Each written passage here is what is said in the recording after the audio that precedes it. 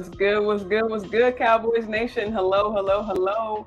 Welcome to Starchasers Girls Talk Ball, Episode 6.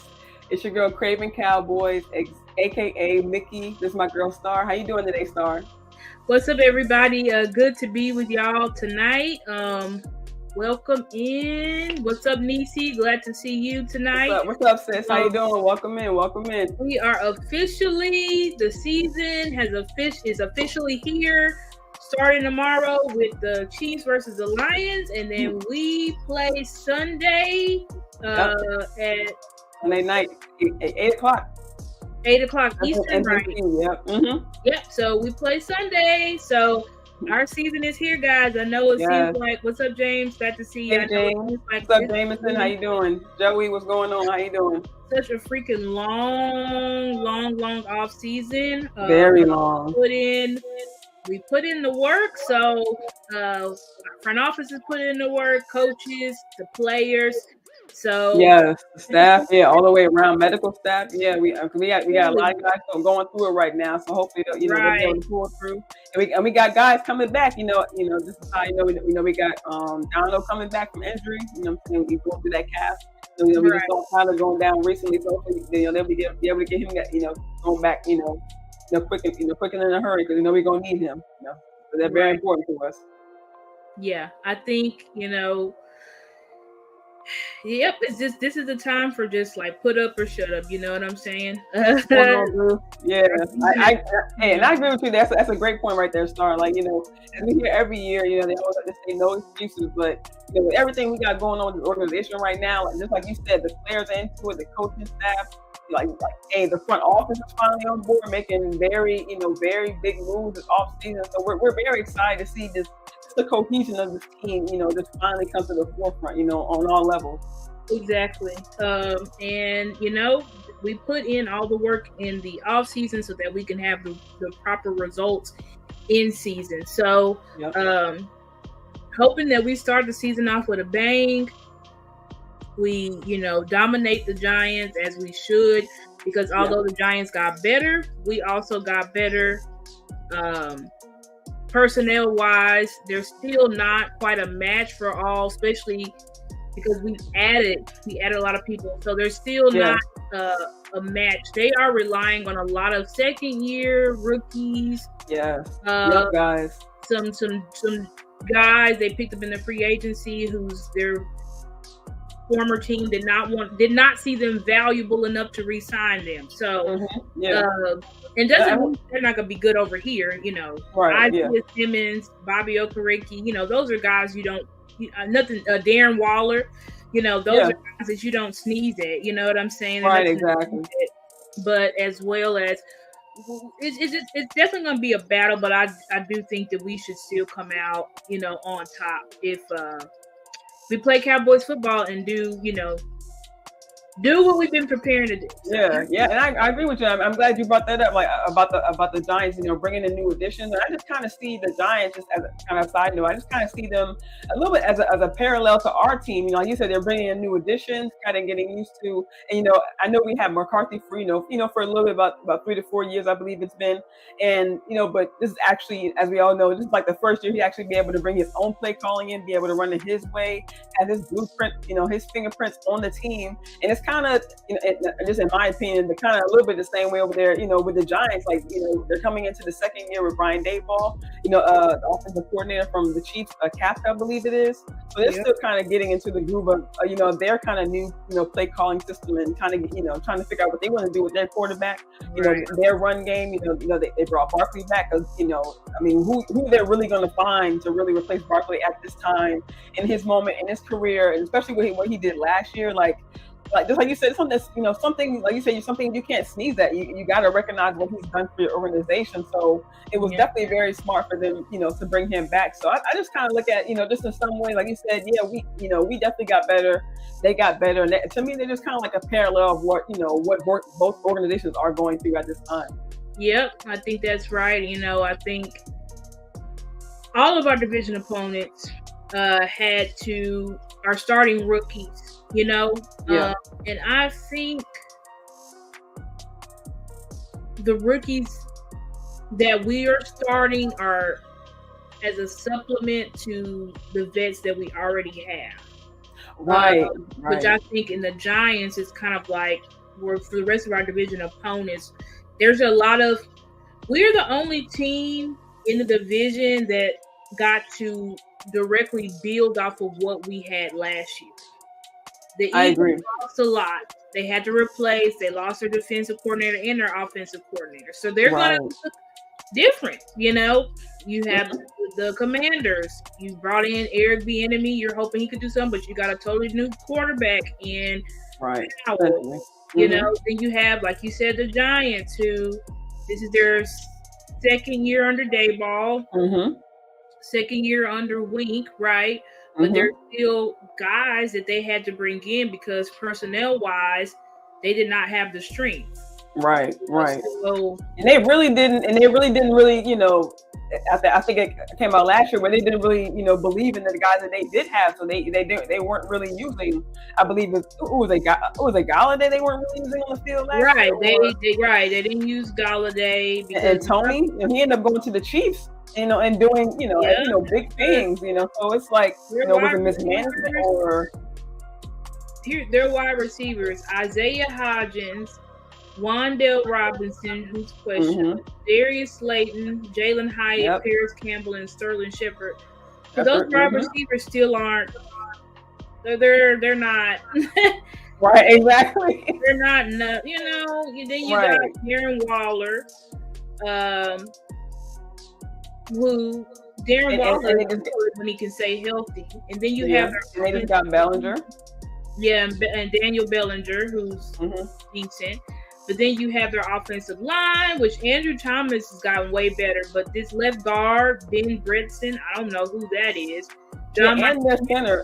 And their center is a rookie, I believe. Yeah, their center, John Michael Smith, which I love John Michael Smith. I wanted him in the but I mean I'm from the draft, but he's still a rookie, so he's still got to get into his man body. Yeah, you got Mark Glowinski, and then you got Evan Neal going into his I think it's second year. Second or third. He was a rookie last year. Right. So they got a very young offensive line. Yeah. They got average wide receivers. Yeah. They got Darren Waller. Darren Waller is great, but I mean, I have confidence in our safeties to lock him up. I mean, Darren Waller's not Travis Kelce. Right, exactly. Or George Kittle. So yeah, and even in the preseason, I know they weren't doing much in the preseason, but I know they were just giving him short passes, you know, in the slot and things like that, and that's because he's injury prone. So that's why he wasn't playing a lot last year. Yeah, he didn't stay healthy at all. So if he stays healthy this year, great. But I mean, still, I'm not worried about it because, like I said, our safeties. They locked up the best in the game, so you can lock them up. Exactly. I mean, I'm going to be able to lock up Darren Waller. So. Right, exactly. I feel you. Yeah, but we can get into it. Yeah. All right, so as you guys know, Mike McCarthy has been having a couple of press conferences the past couple of days, and of course today, they, you know, Star actually let me know today that Mike McCarthy actually revealed the theme for the year is going to be. Actually, I'm sorry, my bad. I jumped out. I'm so excited to talk about Mike McCarthy. I got to jump ahead. Actually, no, I went ahead and started. So yeah, as we know, the theme he dropped today was Omnia, which means sees everything, and I just love that theme for the team this year. Absolutely, I think it's just a very powerful. Yep, Shepard is. That's right, Niecy. That's a great point, Niecy. Yeah, a great point. Yep. Good, Swain. How you doing? I'm glad to see you. But sees everything. I think it's just so powerful because it's building off of because what was our theme last year? Relentless. I think it was. I don't know. I'm not sure. I forgot. I remember it was 2020 vision in 2020.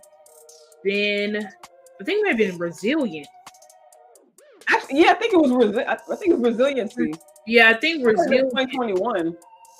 I don't know. I can't remember. But I gotta look that up. Anyway, sees everything. Is telling you or telling the team that everything it's like go after the pinnacle, basically. Right. That's what that means to me. Like if you tell somebody seize everything, that means take everything and leave no prisoners. Yeah. So, right. So it's like take everything and leave no prisoners. Y'all know back in the day, it was common that when a particular group of people was original people.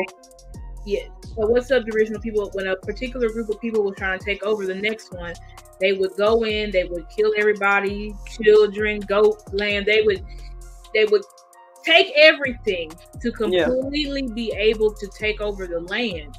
So I like that mindset that Mike has instilled in them, is that everybody, and then you listen to Micah today, because they were like, oh, is there some extra juice you guys got? Because this is, a division opponent. He said, no, everybody gonna get the same smoke. Right. So I think, I mean, Micah, he gonna let you know what it is. He not, he ain't right. Everybody this year is the enemy. There's we're not playing coy, playing nice, helping people up off of the ground.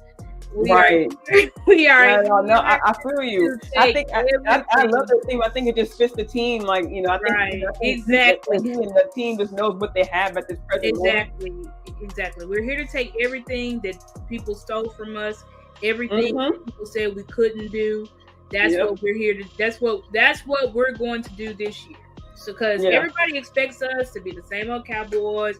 Y'all are gonna fail. You're not gonna reach the championship. Dak's gonna, all the narratives, all these narratives that they spin. So I'm sure Mike has played the narratives, have it over. But I would be playing them narratives to play Stephen A. and Bayless.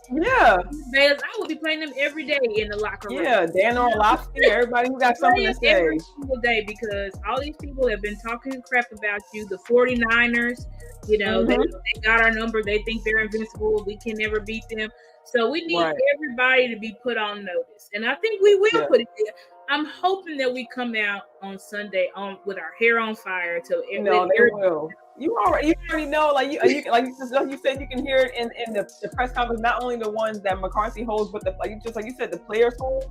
You can see the intensity in the practice, just like McCarthy said, like the competitiveness and just the pride that these guys have playing this year. Like it's even going from camp. It's not just coming to this year, but going from camp to the first week of actually we're saying, they amped up this another level. You know what I mean? Right. That's the difference. He said that it's just been so competitive, and we saw that because we're not used to seeing our players throw punches and stuff at each other. Right? No, that's all right. All that, I guess, since maybe Jimmy Johnson or Bill Parcells days.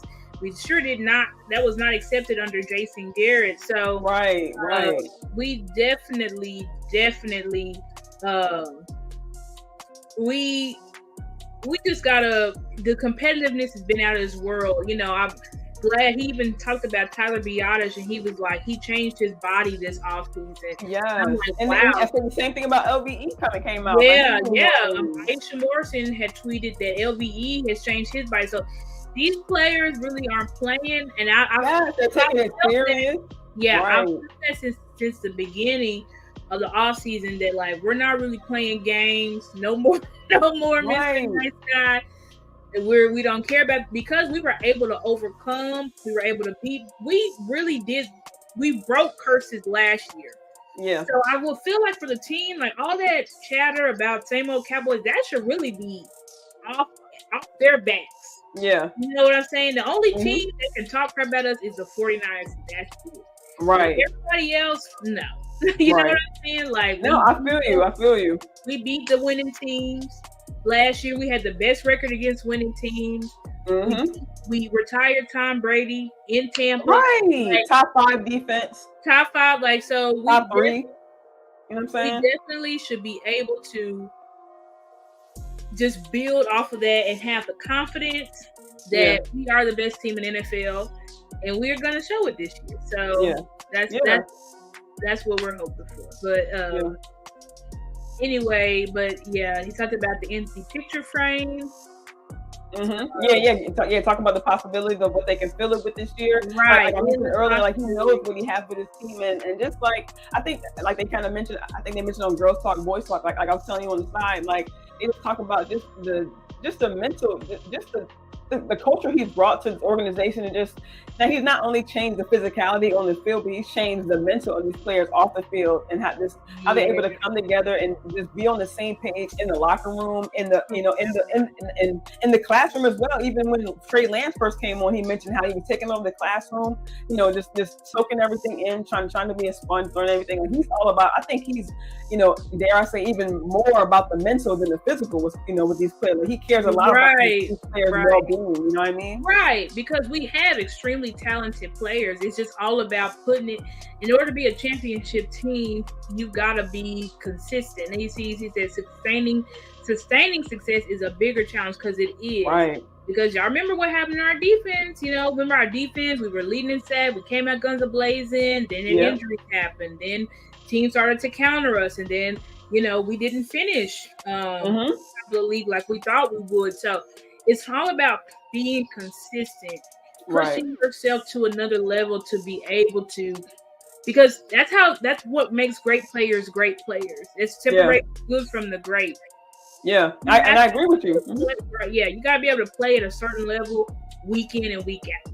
Yeah, definitely. Yeah, like you said, the progression, like as we saw, like in 2021, 2022, that the defense, like just like you mentioned with the defense, they're putting up historical numbers. But like you said, at some point in the season, like even last year, we held opponents to under 20 points, but at some point we kind of let up. And even after that came back, we started allowing points. We started letting too much go on. Yeah, exactly. And of course, we know the season goes on; these guys get worn out. Injuries happen. We do know that, but it's just like you said, it's about finishing. Even the depth guys gotta know when it's time to step up. And put their all on the field to be able to get the team to over the hump to where we want to be. Right. It's about finishing. 100%. Yep. We gotta finish. Yeah. We gotta finish. Yeah.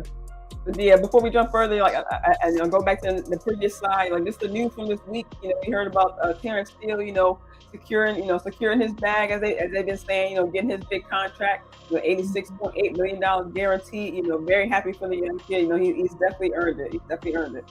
For sure. Big ups to Terrence, and shout out to the content creators who were saying that Terrence Steele was the future, and we should have let go of La'el Collins, because there are many people that weren't on the Terrence Steele train, and this guy was an undrafted free agent, got his butt tore up in 2020. We all wanted to push him off a cliff, but he really stepped it up in 2021 when he had to fill in for La'el, and then we know how important he was to our line, our run game. Last year, and how much it hurt us. Yes. When he went down, and then you have the leader, a leader of this team, a leader of the offensive line, Zach Martin, saying that he's the best offensive lineman that we have. Right. I know many people say, "Oh, that's just Zach talking," but excuse me. I always like to remind people that last year, before Terrence went down, he was the example of ball get off. It wasn't Zach Martin or Tyron Smith or Tyler Smith or Tyler Biotish. It was Terrence Steele. So he's just extremely important to our team. And I'm just so glad because, our front office, shout out to Stephen Jones. Jerry, I love you too, Jerry, but you a little bit in the doghouse for that fast when you tried to pull with Trey Lance. Right. But when it comes to, and I done already talked about what I feel about Jerry. Y'all can go watch the show. But shout out to Stephen Jones, because Stephen Jones has been getting these contracts done. Yeah, dealing. He's not getting the highest pay, but he's getting them done. Both sides are satisfied. He's not. Hey, and I'll me cut you off, but shout out, I believe I forget who I seen tweeted out, but shout out to McCarthy's staff team and his analyst team. They tweeted out that they're saying that they're able to get ahead of some of these contracts because of the numbers that they're looking at and the possibilities of what the market looks like in the next coming years. Right. Shout out to them as well. Shout out to those. Shout out to the analytics guys. I told y'all Mike McCarthy is an analytics guy. Yeah. I did a whole 4-part series about him on my channel. But yeah, what was I saying? But yeah, shout out to Terrence Steele. Shout out to Stephen Jones for getting these contracts out. Right. Shout out to Stephen Jones because, he is just racking up the contracts. And he's just doing it so elegantly It's really not much talk or chatter in the media. We are just silently signing folks. And I hope that they will continue on with Dak and CD. I hope we just wake up and the contract is done. You see, Steven said that, everybody thought, oh yeah, of course we'll just wake up. But I mean, we just woke up to the Diggs news. We just woke up to Malik Hooker. Like Steven's not playing around. Like he's really not playing around.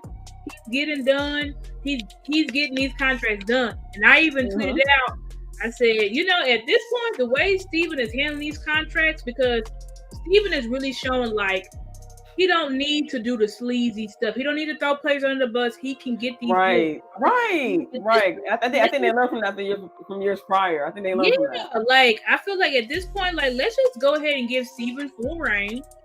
And because it seems like he's changed, like he's clearly learned his lesson. And quick too, because we were just talking. A lot of people were talking just last offseason how he was doing players bad. Talking about them or how they're not sure who they're going to pay who and things like that. He just completely flipped. I don't know if he's been talking to Mike. I don't know who Steve's been talking to, but I know he's changed and.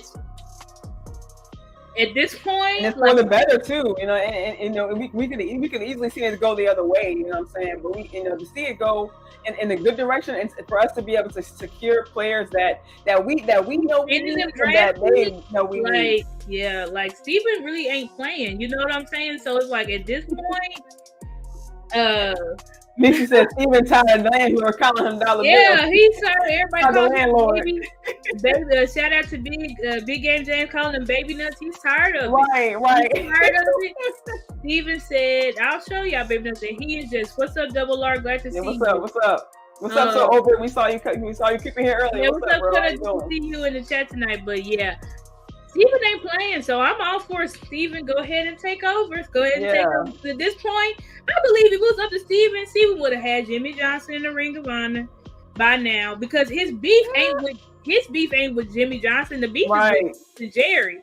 Right? Yeah. And history shows that his past beefs have been with Jerry. And he never really had any outside beef. Exactly. Like Steven. Steven about the money, right? Exactly. Steven about the money. He like, shoot, I want to win. If we could get Steven in Charlotte as the head of this team. Right. Steven is that Dave Chappelle meme where he holding the money in the crown. He don't worry about nothing but his money. Exactly. And he's getting these contracts done. He's not making them the highest pay. Like he is signing he is handing out bags. And I'm just saying, like, let's keep our players that we need to keep. And how many people thought Terrence Steele was gonna go by the wayside? Trayvon Diggs was gonna go by. Nobody. Everybody's like, nah, he ain't gonna. Yeah, we thought he was gonna be the odd man out. At least sign. Can y'all say sign? So shout out to Steven. I know that's so crazy to say, but right. I don't know if the Holy Ghost touched him or what, but Steven is a changed man. Yeah, man. All for Steven. Yeah. Taking over the keys. They did restructure Neville Gallimore. I was surprised to see that. So, which they should have restructured him. That's about how much he should be making for his. Yeah, exactly. Especially for them to give him a chance to come back. Because I didn't think he was gonna make this team, honestly. So. I didn't either. So apparently they try to move some money for something. I don't know. What's up, Kelvin? I don't know what they moved the money for. If they trying to make another big trade, if this is their CD extension. I don't know. Yeah, because it's still a couple more days in the week, before the season officially starts. So we see one more contract move. Yeah, it'd be a great time to go ahead and sign that, because they said Joe Burrow about to get his deal. Yes, by the weekend. If Jerry, go ahead. Or Jerry and Steven, just give Dak his money, please. Just make Dak play quarterback. Yep. In league history, give him his guaranteed money, lock him up. Yep.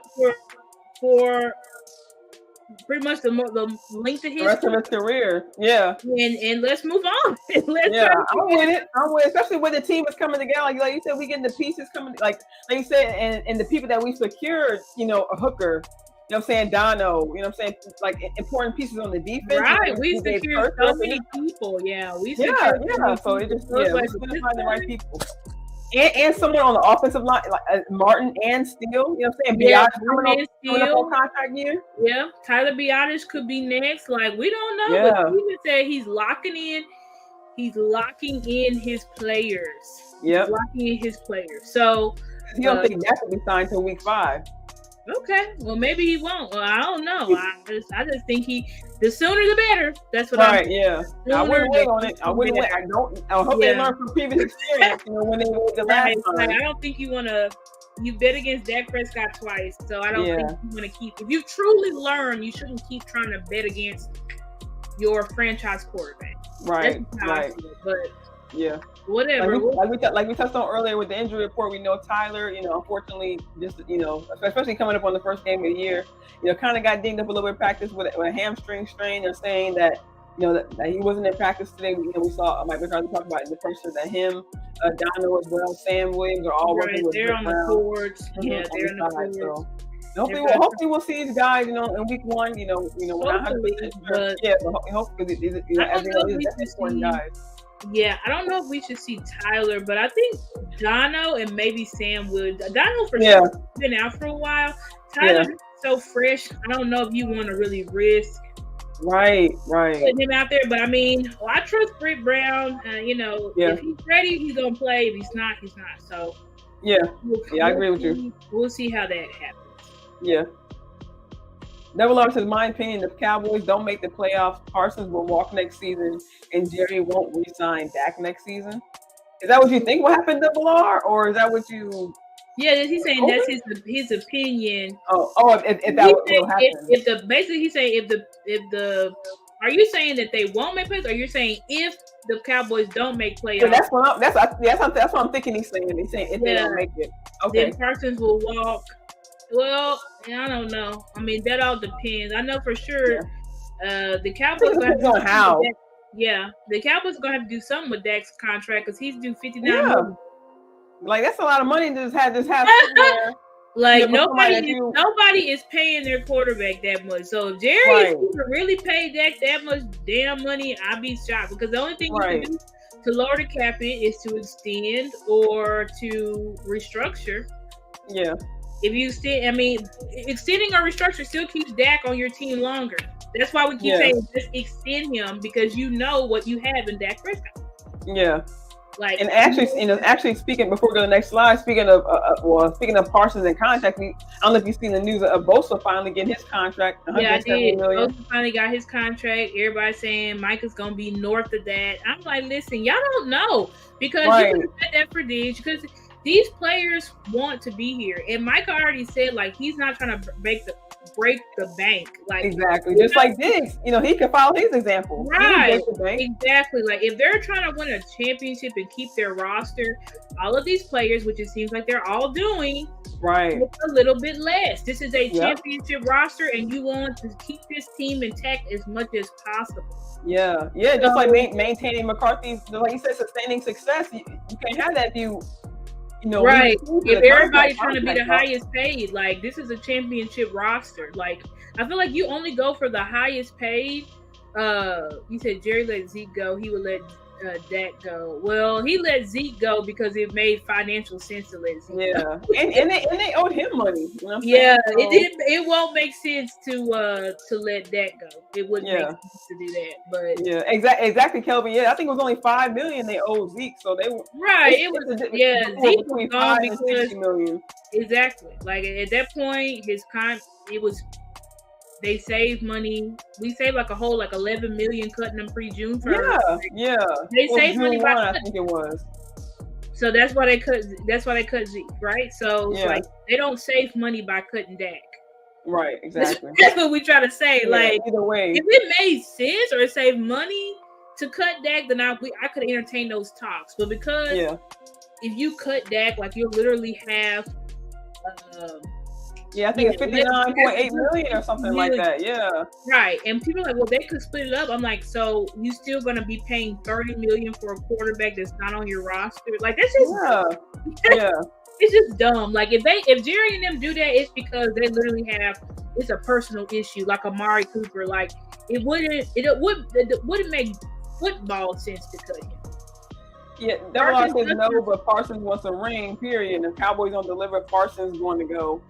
I mean, I can see Parsons. I could definitely. I mean, I can see Parsons. Yeah, I could see Parsons leaving. Do I think he'll do that? No, because he's right, exactly. He could very well leave this on his reputation alone. But yeah, he could leave. Earlier, Star with how they're meshing the team together. You know what I'm saying? But just know, like, you don't get the same perks on other teams as you do being a Dallas. Exactly. Hey, when I know they're not the same person, but we saw what happened when Gregory went to Denver.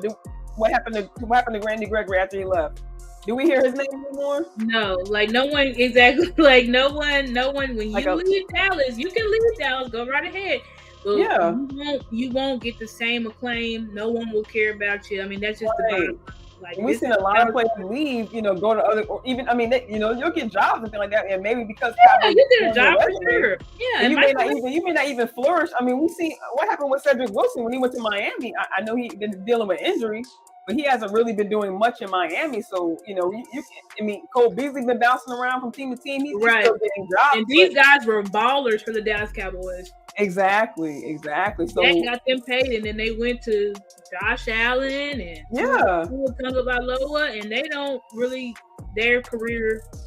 Exactly. So, like you said, it's not. I mean, I'm sure money is a big thing. I'm sure with contract, it's about that. But like you said, the acclaim, the attention, sometimes the commercials, the extra.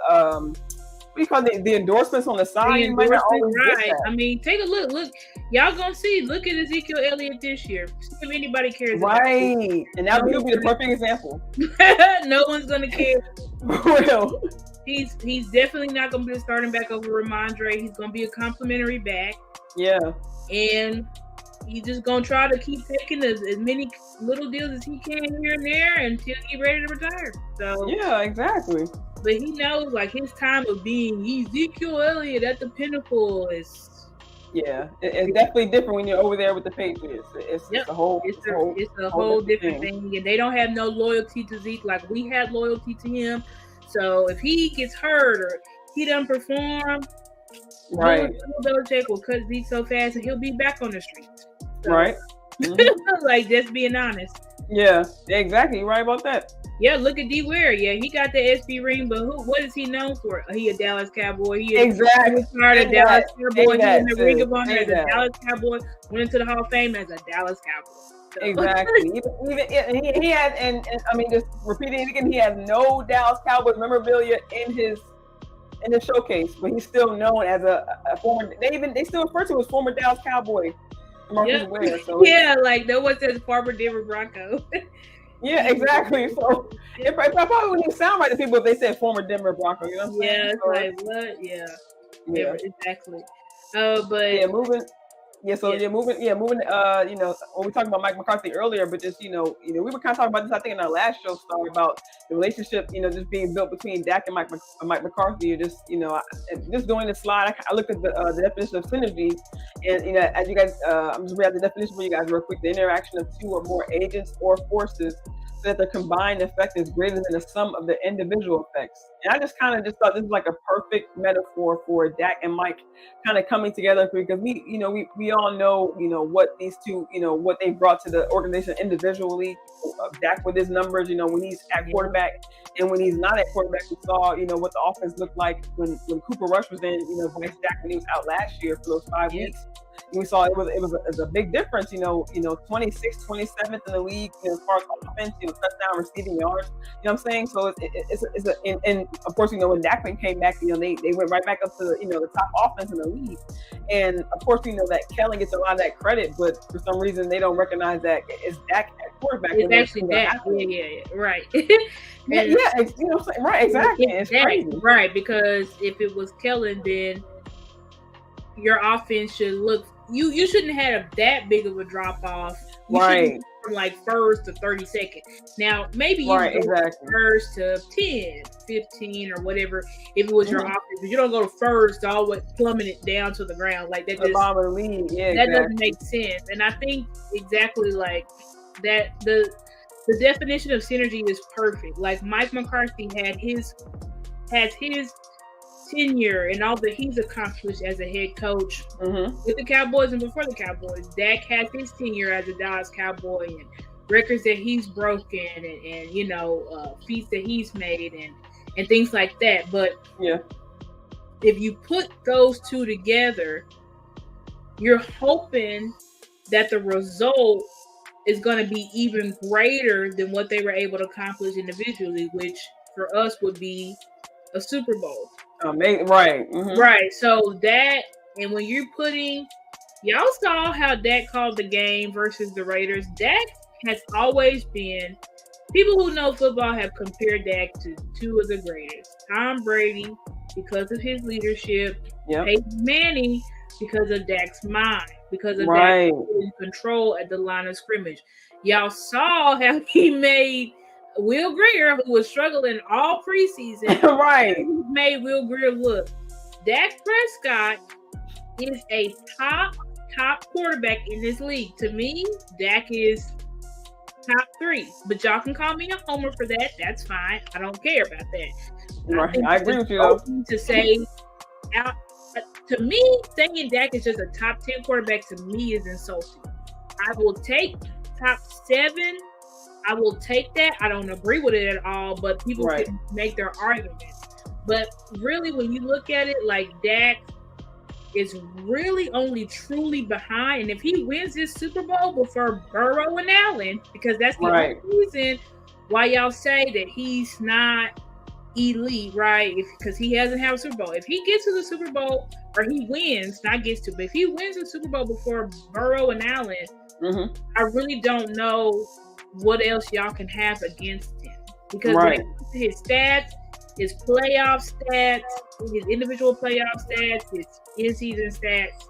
Stats against the NFC East, stats against the NFC in general. Like I think they tweeted out his stats today. His overall, stats winning in September, October. All his numbers related to Dak. And actually, I think I seen a tweet today. I think tweeted out by NFL Pro. I forget the full name, but saying that Dak is only about, I think, 53 or 57 yards from having 25,000 yards to tie with Aaron Rodgers. Yeah, tie with Aaron Rodgers, only QB in the NFL history. So Dak is like top in NFL history. That's what y'all don't. I keep trying to like people don't really understand. Y'all trying to compare him to, these guys who just like y'all trying to just getting in the league, really. The Justin Herberts and stuff like that. It's just ridiculous. It's like Dak has stats that are top in NFL history, and I know there's records that Herbert has broken, because I think Herbert was like the fastest to reach a certain amount of yards. Only him and like Dan Marino and stuff like that. That's great, you know what I'm saying? But when it comes to a complete total quarterback, Dak is better. Like y'all have to stop getting so focused on arm strength, because Dak has better arm strength than Joe Burrow. But most of y'all would say that Joe Burrow is better than Dak Prescott. Now, I've made my argument to say, is that really true? But you can make your argument to say, okay, Burrow's better, and Dak has better arm talent than Burrow. So I really don't understand, putting Herbie in front of him because he's younger. Okay, were y'all putting these young quarterbacks ahead of Brady when he was like 35, 36? Exactly, 30? And he was still winning. Right, exactly. This doesn't make sense. It's different with Dak. That should be on the shirt too. It's different with Dak. Different with Dak. It's sad, but that's what y'all do to Ford. But hopefully this year Ford shuts everybody the hell up. Yeah, hell yeah.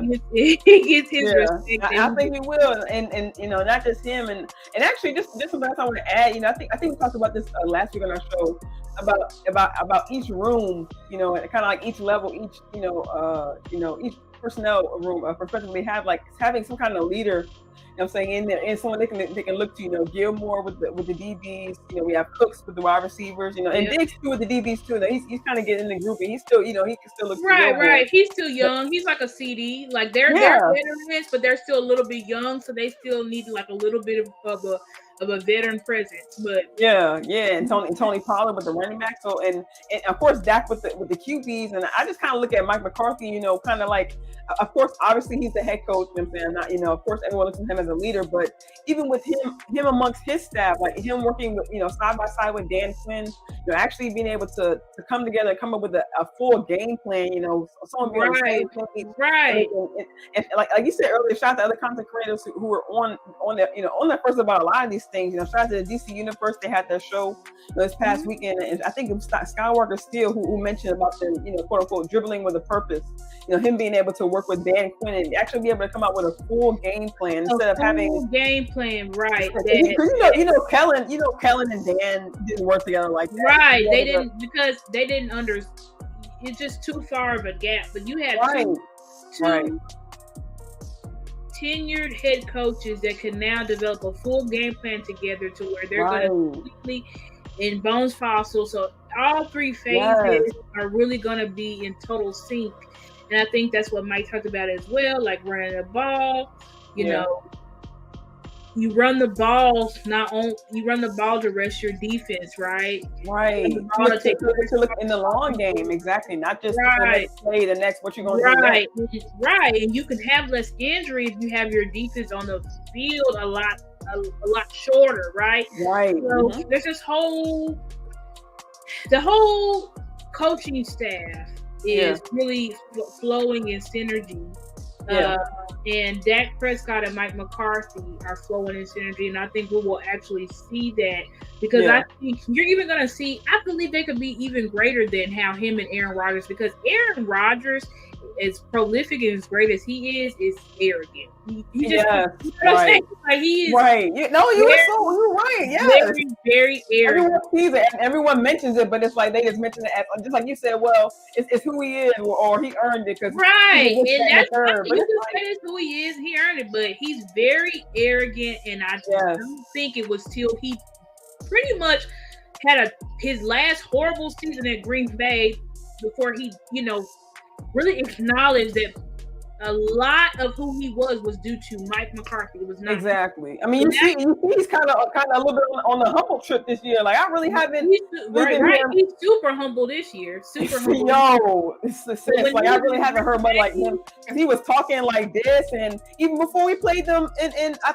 don't know what week it was, before we played them last year, he was saying, well, you know, laughing at little jokes and, you know, making little snide remarks. But hey, ever since he got to the Jets, it's a whole new organization and this, that, and the third. Exactly, because he knows he don't have long with the Jets. The Jets are training him, are trying to see if they can win a Super Bowl fast with him. Yeah, they know, right. But Aaron Rodgers doesn't have much longer. He's not going to go as long as Tom Brady. He knows that. Right. He's not playing until 45. He was contemplating retiring this year, but he's going to give the Jets 2 years and then he's out. So you can't really talk that talk no more. Like, you're an old man. So keep your head. No, I feel you. And actually, I mentioned off camera, I was going to play that clip with Girls Talk, Boys Talk, but actually, since you mentioned it, about Aaron Rodgers, like Aisha Wilson actually mentions in the clip that, you know, I'm just gonna kind of explain it, but she kind of mentioned how Dak looks to McCarthy because he loves being coached. And like I said, that's the main difference. Exactly. That's my whole point. Dak looks, you know, he wants to be coached. He wants someone. Correct. That's the whole. Because he wants to improve his game. That's what I'm saying. Like, Dak wants to be coached. He's been hungering and thirsting after having a real coach, because he's only had Jason Garrett. And y'all see, Jason Garrett, did he get any more head coach jobs? Not even in college. Right. No. Right. And they gave up on him halfway through the season. Right. Like, he was not it. So everything that he's had to do in spite of Jason Garrett, in spite of Kellen Moore. So now that he actually has a coach, a Super Bowl winning coach that believes in him, that he wants to get coached by, I'm seeing MVP for that, because I can't injury. I just really don't see any quarterback playing better and knowing the game better than him. That's the difference. Like the Burrows, the Allens, even the Mahomes. Do y'all know this game as well as Dak Prescott? I just really don't know. Mahomes couldn't even read defense until like a few years ago. Mahomes has been relying on his arm talent. That's how Mahomes is. It's not because he's just this brainiac guy. He wins because he's that talented. Right, exactly. Somebody that has the mind and has the talent of an NFL level quarterback. I really don't. And the experience actually going through those championship games, having been to the higher level games. You know what I'm saying? And right. I just really don't see. Like I said, barring injury, I really don't see much stopping Dak Prescott and Mike McCarthy. That's just my opinion.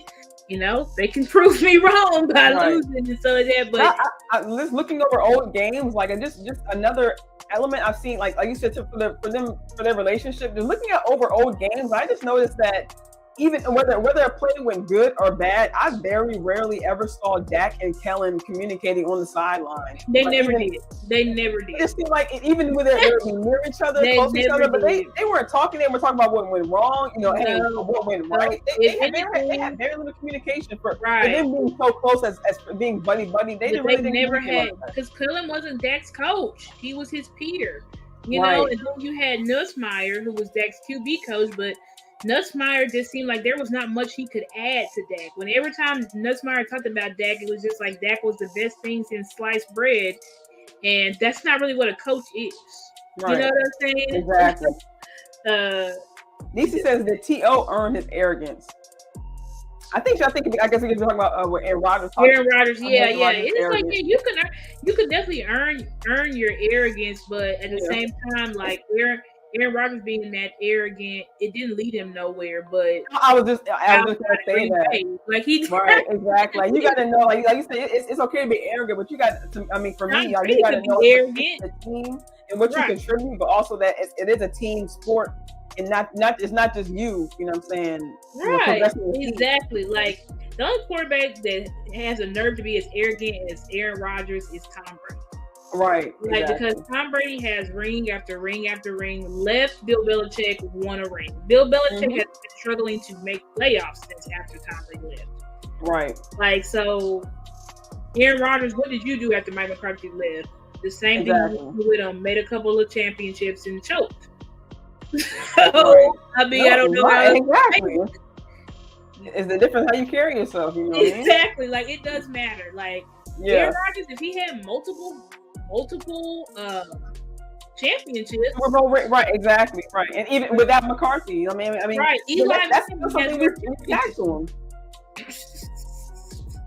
Like, sorry, Aaron. Like, yeah, you did break all those records, and you're gonna be a first ballot Hall of Famer. Blah blah blah. But you still only got one Super Bowl that happened in 2013. Right. But anyway, let's get to this Giants preview. Yeah. So we got the New York Giants coming up this week. There's a couple matchups we want to highlight. You know, of course we know. Of course everyone knows they got that dominant defensive line we're gonna be facing up against. And as we mentioned earlier, with Tyler Smith kind of being nicked up in practice, we're just a little bit nervous going into this week, especially with it being the first week. And of course with our depth, we got some young guys back there. With the possibility of TJ Bass, but I doubt he's going to the other side. But they have Chuma Edoga listed on the depth chart, which came out a little bit earlier today. They have him listed as a swing tackle, but I think in order to be able to just help maybe just solidify that line, I think they're going to be able to slide. You think they're going to slide? Not Awesome. It would slide Awesome into. They do have him listed at left guard too. So do you think you'll be able to face that line? Yeah, I think if something were to happen to Tyron, they would push, probably keep Tyler locked in and push Awesome out, because Awesome played left tackle pretty much all preseason. Yeah. That's what I'm thinking.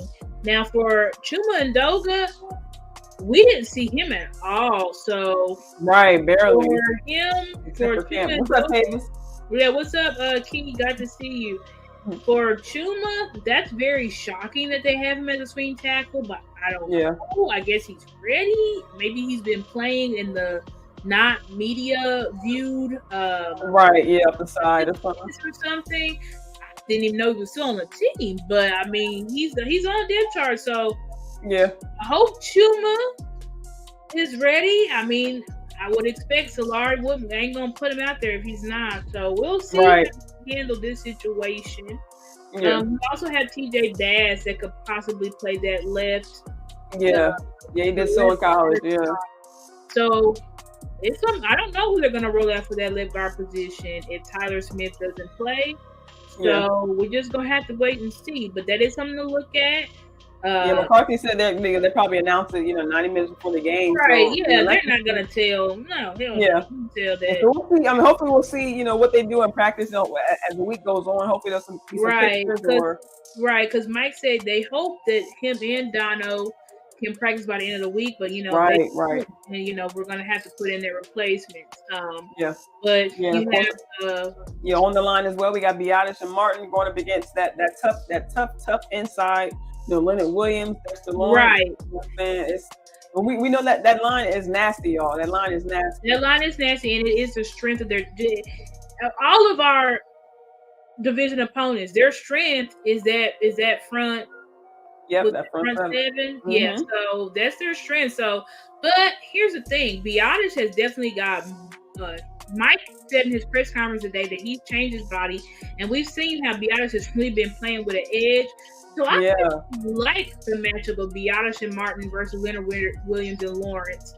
Shout out. I'm gonna cut you off. Shout out to Aisha Morrison once again. She tweeted out that she was having an interaction with Biadasz and saying that Leonard Williams and Dexter Lawrence is gonna be some nasty business, and I'm not in the mood for them. And she said that Tyler Biadasz said, "Oh, I am," and I'm like, "Oh, okay." Yeah, I think Biadasz is. We saw how he did say already.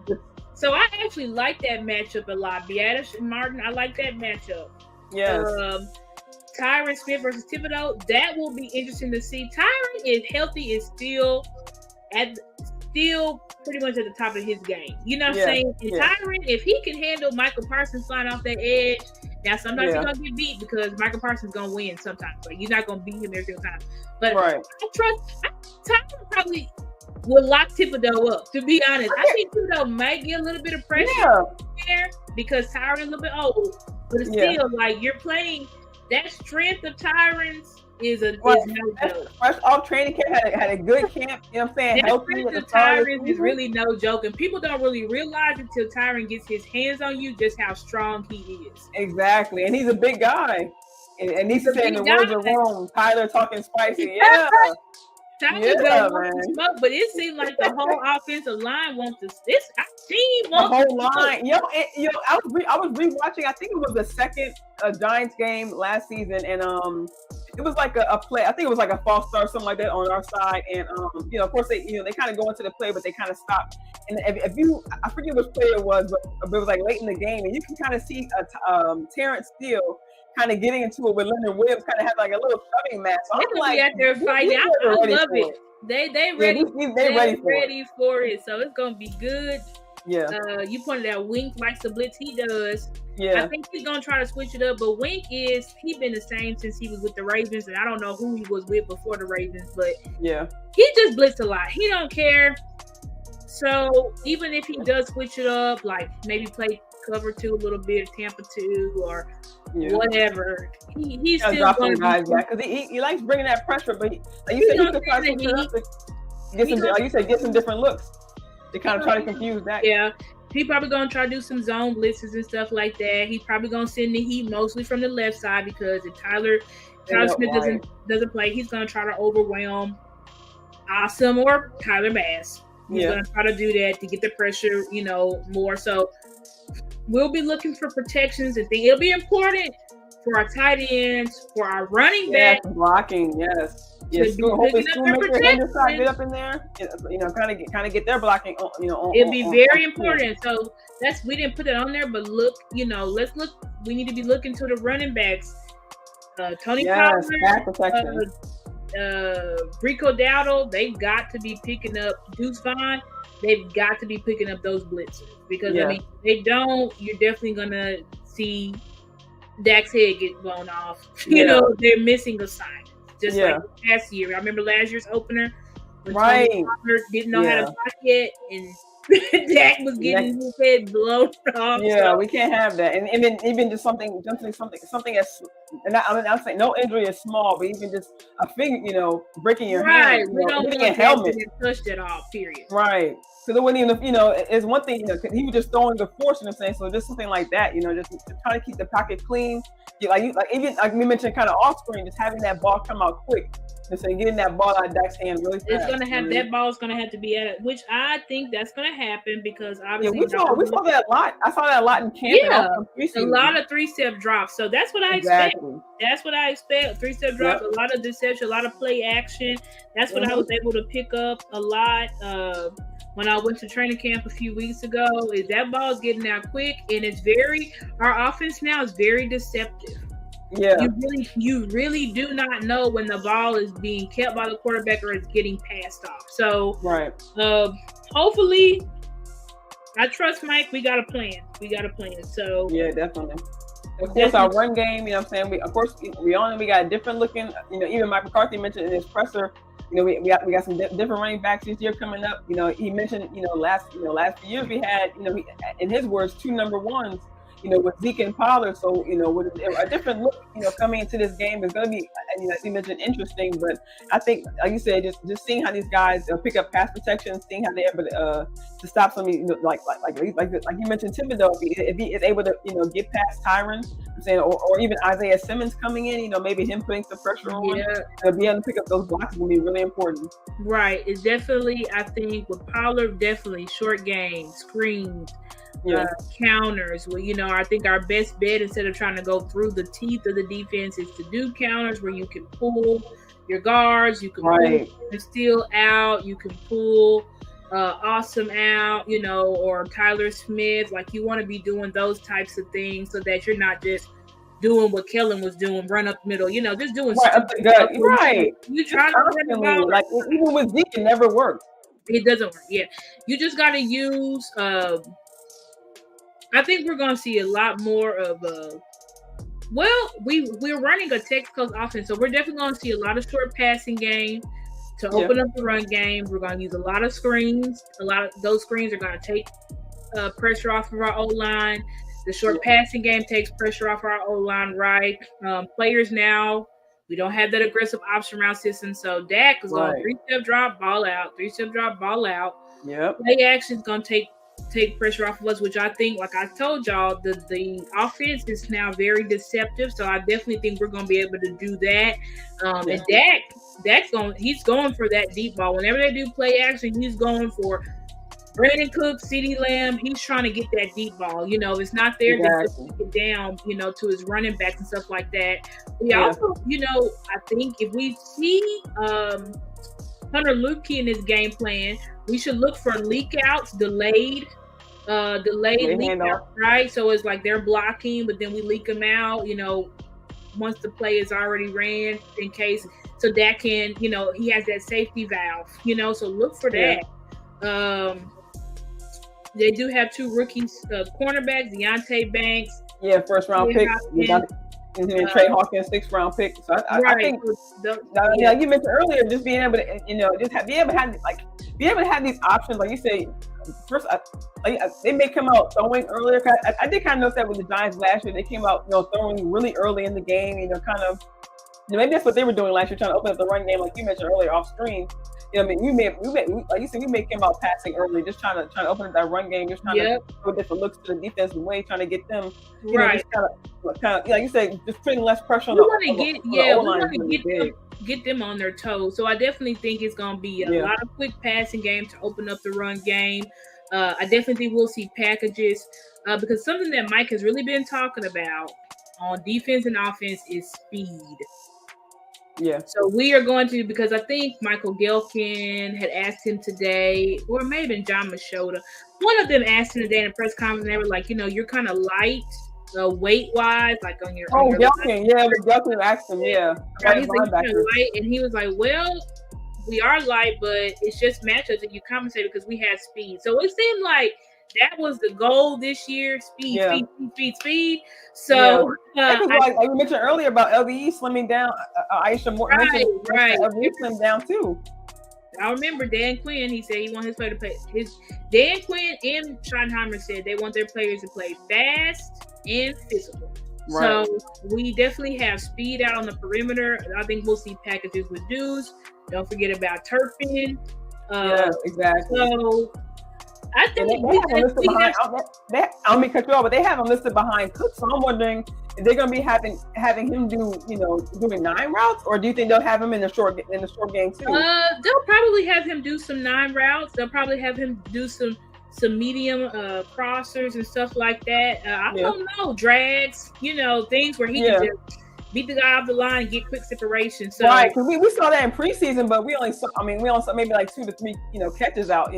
Right. Passes, so not really long passes. I think we gonna our game plan. We have to run the ball just to keep pace, and we don't want to score too fast because you don't want to keep having your. Remember we said with Mike McCarthy and Dan Quinn, you want to have balance. You don't want your defense on the field all freaking day long because that's really how they get gas and injury. So you're gonna have to have a balance, but Mike will definitely call the game to pace the game. We'll be pacing the game. You're gonna take your deep shots when they're there. You'll see some QB runs, or see Dak do what be able to do what he does best, which is improvising. So, and that also helps your old line when your quarterback can move. Exactly. In the pocket, because when you just get in the pocket, like. Yeah, we actually saw some drawn up plays in training camp, and when Dak was calling the play, we saw Greer using his feet a lot. So that could be an indication that they plan on using Dak's legs. They're going to be not so much, but they can plan to use him a little bit more than usual. Right, they're going to try to move those guys. They're going to try to move Dak. What's up, JC? Glad to see you in the chat tonight. Yeah, they're definitely going to try to move. They know.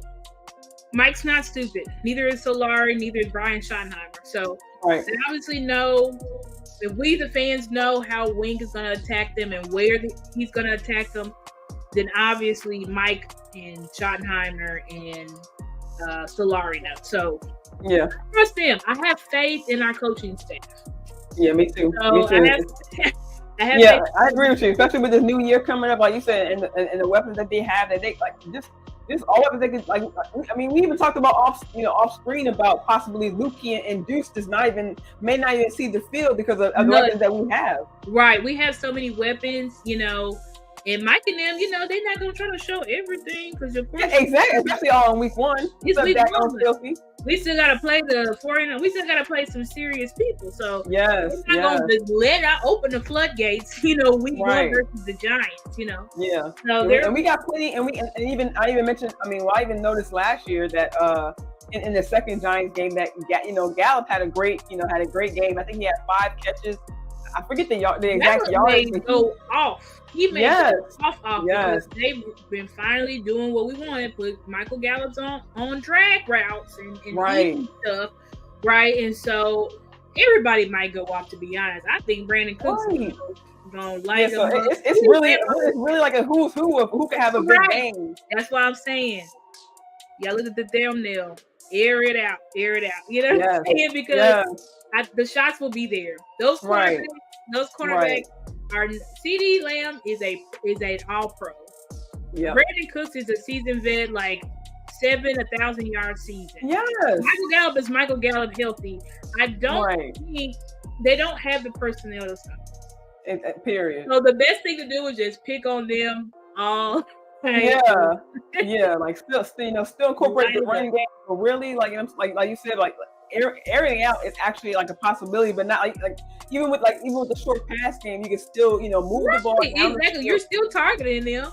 Yeah, you continuously putting them in compromised situations. That's what you want. You want those DBs to continuously put them in compromised situations, and Dak don't do it because Dak don't give a hell. He don't care. It's Jalen Ramsey.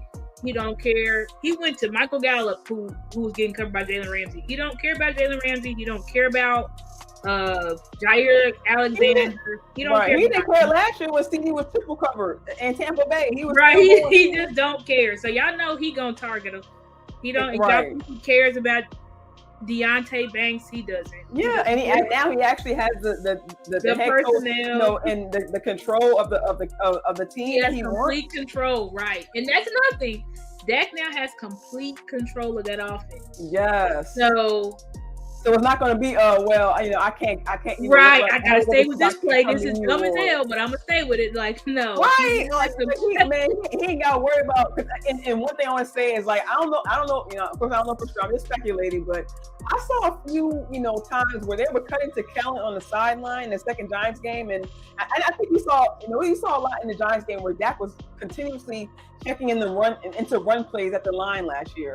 And I just saw a few clips of Kellen's face just looking annoyed. And I'm like, he has to be annoyed that Dak is changing his plays. He has to be because it's dumb as hell. You know what I'm saying? Yeah. Like, Kellen just did dumb stuff that I wish, even in the playoff game, like Dak should have never done. But that's okay. That's in the past. Right. That's in the past. Right, exactly. Now Dak is being coached by people who have brains. And care about winning more than like scheme and stuff like that. So, like you said, looking at the long term, not just the next play, but looking at the long term of it. You know, that's correct. Like, very important. Let's win. Use our brains to win. That's what we do. Use our freaking brains to freaking win. Exactly. But yeah, guys. Hey, that was pretty much the presentation, guys. Like, week 1, we're very excited. The football season is finally here. We ain't gotta, look for stuff to talk about. We don't have to speculate no more. After tomorrow, so we still got up until a few more hours to speculate. You guys, until, midnight. But it's just gonna be. I think it's gonna be a very exciting week, very exciting year for our guys. And like as I mentioned, we know that we see the weapons we have. We see the staff we can come in, the coaching staff. We actually have. I think it was Gary who mentioned in the offseason, it may not all be about the players. It could be about coaching. So now we have, competent coaching staff, and finally be able to put this together, and with the front office on board, it could just mean different things for us this year. Yeah, I think so too, guys. So I 100% agree with what they reveal, Carpe Omnia, sees Carpe Omnia, y'all see it right there. Y'all see 2023, and all of those, year, y'all. Right? All of those are our Super Bowls that they have there, and it says, "Well, what will 2023 be?" So, yep, we're seizing everything. So let's hope that we seize. Yep, let's hope that's gonna be us in February, y'all, hoisting that Lombardi right there, y'all, number 6. Number six. Before we get out, and before we get out of here, shout out the landlord, shout out to Henny. They always say, and shout out to the West Coast, they always say when you come in and when you go out, put 6 of anything in the chat, share it 6 times, because we're trying to manifest that 6th championship. We're trying to manifest 6, guys. So let's have positive mindset, positive outcome. Let's be positive this year. Let's cheer on our team. Let's believe in our coaches. Let's believe in our quarterback. Yes. And let's tunnel vision, y'all. We're looking forward. We're focusing on 6. We're not playing games, and we're not taking prisoners. So right, and like Michael Parsons said, everybody gets the same smoke. Like Michael said, Michael Parsons, J-Ron Curse. We're not our leaders. Yeah, Trayvon Diggs, Dak Prescott. Hey, everybody. We saw them going at. Imagine like we said, if they got the smoke for each other. Imagine the smoke they got for everybody else. It's gonna be good, guys. So. Let's get ready. Season officially starts tomorrow, but our season play Sunday night. So guys. Thanks for your time, you guys. Awesome show tonight. Thanks for tapping in. Of course, hope you guys had a great time. We love sharing our stuff with you guys and just getting together with you guys every Wednesday. Check us out next Wednesday again, 8:30 Eastern for Starchasers Girls Talk Ball. Thank you again for you guys' time. Hope you guys have a great evening. And don't forget to like, share. And share this video, guys. Please subscribe to our YouTube channels if you haven't already. Please donate to our channels. Mickey, you can put our cash apps there on the screen. And guys, please share us. We do this content weekly for y'all, and we have day jobs, so we put a lot of effort. We put a lot of effort into this. So please help us grow our platforms by liking, A like don't cost you nothing. A share don't cost you nothing. And a subscription doesn't cost you anything. So please help us. But thank you guys so much. You guys y'all. Have a good night. And prayerfully, we'll see you guys next week. And before we get out of here, Dak Owns Filthy just say he just subbed to you. Thank you, Dak Owns Filthy. I appreciate that. Thank you, sir. Yes, we appreciate everybody's fam. Thank you guys for your time. Appreciate y'all. We'll check you guys later. Have a good night. Yeah.